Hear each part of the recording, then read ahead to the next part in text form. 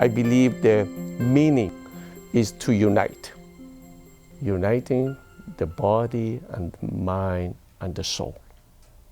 It's the unification that happens. What we are doing right now, as we call it yoga, it is not yoga, it's a yoga practice. Big difference. But the whole yoga goes back thousands of years ago from ancient India. Saji Patanjali wrote a book that wanted to define what the core principle of yoga and the yoga practices. And it is in 3 different parts. He said that the yoga is about the journey inward, getting to our own truth through self-realization, which is the harmonization of our body, mind, and soul that comes from balancing. Number 2 is liberation. Liberation is breaking through the limitations of life. And the 3rd one is the mindfulness, being present. So that is the core principle of the yoga. Why do we call it yoga practice? Because for 1 hour, we get on the mat, small real estate, and we practice all of those 3 things that I just explained. We're trying to get better at it. We practice it.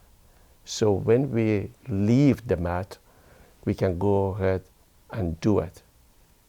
Exercise the whole thing through the other 23 hours of our day. Mindfulness, that liberation, that self-realization, all of these things. Within this small real estate of mat, there is no judgment. You're not judging yourself. You're moving freely. You breathe easier. You bring oxygen, as we say, but in yoga we call it prana, which is the life force. I always said that I'm bringing light into my body. And by closing my eyes and really connecting with light and breathing the light inside the body, I would feel relieved, rejuvenated, and liberated. Now, my breathing has gotten better. I'm sharper. I have more clarity just because more oxygen, and I'm breathing out my CO2s. And as I'm stretching, within a few months, I literally found out that I probably gained about a couple of inches in height. I was straight. And then my mind got much calmer. So you see, it is more than just a stretch. It's perhaps the body a stretch, it's the mind a stretch and calming. And the connectivity that I started really realizing and practicing with my soul and the spirituality. The transformation of the body through yoga movement is profound. Better movement, your joints, the muscles, they get stretched, which is very important because, as we age, the muscles are getting shorter and shorter, and before we know it, we have no movement. One of my great memory from really receiving the benefit of yoga, I was traveling on a plane, and I had a window seat, and there were 2 other people to my left, and I wanted to use the restroom. And I did, and they were sleeping, and I didn't want to wake them up, and I didn't want to interrupt their sleeping. So just wanted to see whether I can spread my legs to go over these 2 without touching them. And I did. And then I stood up, I said, wow.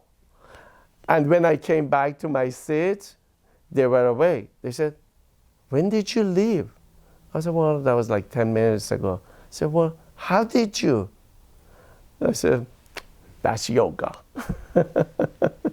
Yoga means to unite. So it's not only your body, mind, and soul, but it's to unite with your fellow human beings and, in the same space. And I have been a part of a group that we had, a teenager all the way to 80, 85-year-old gentleman. And I believe yoga belongs to everyone. By being connected to yourself and being mindful, you're a calmer person. You have more gratitude for all the blessings around you because you get to see it. It is there either way, but with calmer mind and mindfulness, you get to see it, you get to enjoy it, and you have gratitude. It's about balance. Yoga created balance or taught me how to strive to creating balance in my life. Wellness is a lifestyle. If yoga is a component of wellness, guess what? Yoga is a lifestyle. But once you start doing it and you see the benefit of it, you're at the point of no return. You cannot go back to the old habits of not doing it. You know what? Because the liberation that you would experience through yoga practice is profound. I believe you can start at any time. It's never too late.